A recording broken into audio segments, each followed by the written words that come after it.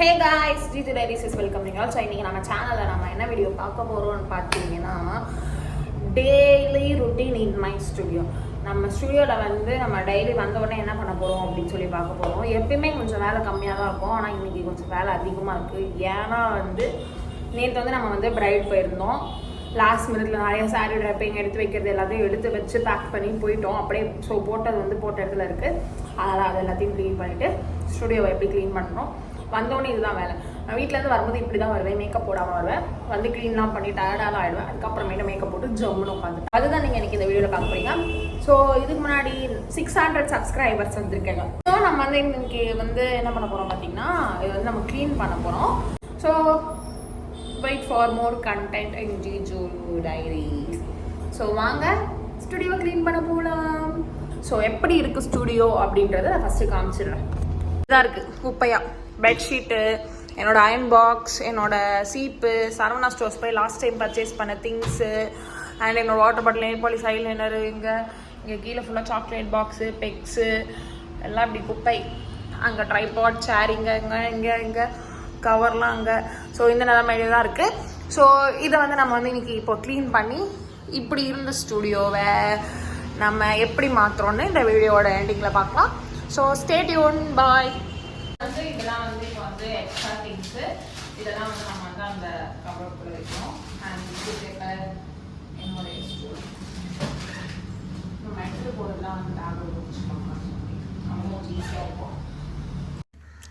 So இந்த video வந்து ரொம்ப நேரம் க்ளீன் பண்ணனால அதை வந்து நான் ரொம்ப நேரம் போட முடியல. அதனால் நான் எல்லாத்தையும் ஃபாஸ்ட் பண்ணிட்டேன். இந்த ஃபாஸ்ட்டான டைமில் தான் வந்து நம்ம என்ன பண்ணலாம் அப்படின்னு யோசிக்கும் போது மியூசிக் போடலான்னு பார்த்தா இன்ட்ரெஸ்டிங்காக இருக்காது.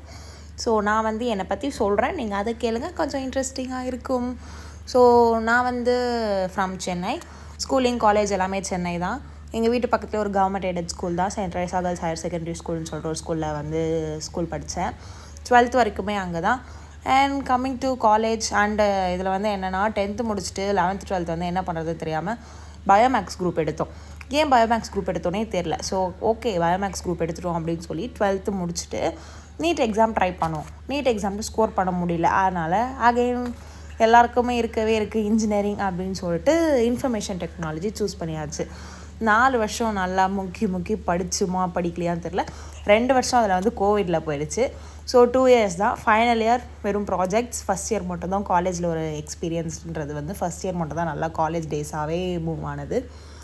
And finally coming to placement, proud to say நான் வந்து என்னோடய பேட்சில் வந்து நானும் என்னோடய ஃப்ரெண்ட் இன்னொருத்தவங்க தான் வந்து ஃபர்ஸ்ட் ப்ளேஸ் ஆனோம். அண்ட் அது வந்து இப்போ ஹாப்பியாக சொல்லலாமா சோகமாக சொல்லலாமான்னு எனக்கு தெரியல. பட் அப்போ ரொம்ப ஹாப்பியாக இருந்துச்சு. காலேஜில் பேனரில் நம்ம ஃபோட்டோலாம் வச்சுட்டு ஓகே நாமளும் ப்ளேஸ் ஆகிட்டோம்டா. ஆனால் என்னென்னா எனக்கு வந்து என்னோடய ஃபஸ்ட் இயரில் என்னை வந்து டம்ப் பண்ண டீச்சர்ஸ் யாருமே வந்து ஃபைனல் இயரில் இல்லை. கோவிடில் எல்லாருமே மாறிட்டாங்க. அது கொஞ்சம் வருத்தமாக இருந்துச்சு. அவங்க முன்னாடி நிற்கணும்னு நினச்சி நில்லையே அவங்க அப்படின்னு சொல்லிட்டு. But it's fine. So on கேம்பஸில் ஒன்று காலேஜில் வந்து கேம்பஸ் இன்டர்வியூவில் செலக்ட் ஆகிட்டு அதுக்கப்புறம் எதுவுமே அகெயின் வேறு இன்டர்வியூ அட்டென்ட் பண்ண விடல. ஸோ ஆன் கேம்பஸில் ஒன்று செலக்ட் ஆகிட்டேன். அண்ட் ஆஃப் கேம்பஸ் ஒன்று ட்ரை பண்ணலாம் பெட்டர் பேக்கேஜா அப்படின்னு சொல்லிட்டு வேல்யூ அப்படின்னு சொல்லிட்டு ஒரு கம்பெனிக்கு வந்து போனேன். அங்கே வேல்யூவில் வந்து ப்ளேஸ் ஆனேன். ஓகே ஒர்க் பண்ணேன். பட் அதில் வந்து அந்த ஐடியில் வந்து எனக்கு செட் ஆகிறதுக்கு வந்து கொஞ்சம் டைம் கிடச்சிச்சு. நான் வந்து அப்போவே இன்டர்வியூ பண்ணவங்ககிட்ட வந்து நான் சொன்னேன் என்னோடய பேஷன் என்ன அப்படின்னு அவங்க கேட்கும்போது இந்த மாதிரி மேக்கப் ஆர்டிஸ்ட் ஆகணும் அப்படிலாம் சொல்லும் போது அவங்க சொன்னாங்க ஓகே பட் வந்து இப்போ நீங்கள் இது சொல்லிட்டிங்கன்னா உங்களுக்கு வந்து எப்படி வேலை கொடுப்பாங்க அப்படிலாம் சொன்னாங்களா. சரி ஓகே பார்த்துக்கலாம் அப்படின்னு சொல்லிட்டு என்னோடய பிளானே வந்து ஒரு 3 இயர்ஸ் வந்து நம்ம வந்து ஒர்க் பண்ணலாம், அப்புறம் சேவிங் பண்ணிட்டு அதுக்கப்புறமேட்டு பண்ணலாம் அப்படின்னு சொல்லிட்டு தான். But all of a sudden பார்த்தோன்னா இந்த மேக்கப் இண்டஸ்ட்ரி வந்து ரொம்ப திடீர்னு க்ளூம் ஆகிடுச்சு. அண்ட் அந்த டைமில் வந்து நம்ம மட்டும் என்னடா எல்லாருமே பண்ணுறாங்க, பிடிச்ச நம்ம ஐடியில் உக்காந்துருக்கோமே அப்படின்னு ரொம்ப இது வந்துச்சு. அண்ட் ஐடி அட்மாஸ்பியரும் நமக்கு சுத்தமாக செட் ஆகலை. இந்த சென்ஸ் டு பி ஃப்ராங்க், என்னால் யார் என்ன சொன்னாலுமே அதை வந்து ஏற்றுக்கணும். ஓகே நம்ம வந்து ஒர்க் பண்ணுறோம், நமக்கு மேலே இருப்பாங்க எல்லாருமே, அவங்க சொல்கிறது நம்ம கேட்கணும்னு எனக்கு தெரியும். பட் அந்த அக்செப்டன்ஸ் வந்து என்கிட்ட சுத்தமாக கிடையாது. லைக் அங்கே வந்து எனக்கு அதான் டு பி ஃப்ராங்க் எனக்கு அந்த அக்செப்டன்ஸ் கிடையாது. அண்ட் ஆல்சோ கொஞ்சம் ஃபிசிக்கலாகவுமே I am not okay. So okay இப்போவே நம்ம ஸ்டார்ட் பண்ணிடலாம் அப்படின்னு சொல்லிட்டு மேக்கப் ஆர்டிஸ்ட் ஆகலாம் அப்படின்னு சொல்லிட்டு கிளாஸ் போனேன். அண்ட் ஒரு 1 இயர் தான், அதுவும் இன்டர்னில் தான் இருந்தேன் அங்கே கம்பெனியில். அண்ட் அதுக்கப்புறமேட்டு ஒரு 1 இயர்க்கு அப்புறமேட்டு ஒரு கிளாஸ் போயிட்டு கிளாஸ் முடித்தேன். ஸோ நான் எங்கே கிளாஸ் முடித்தேன், எப்படி மேக்கப் கற்றுக்கிட்டேன், எப்படி ப்ராடக்ட் வாங்கினேன், எப்படி இப்போது இந்த இதில் இருக்கேன், எப்படி ஸ்டுடியோ வந்துச்சு, இது எல்லாமே மறக்காமல் இன்னொரு வீடியோவில் சொல்கிறேன். ஸோ ஸ்டே டியூன், பாய்.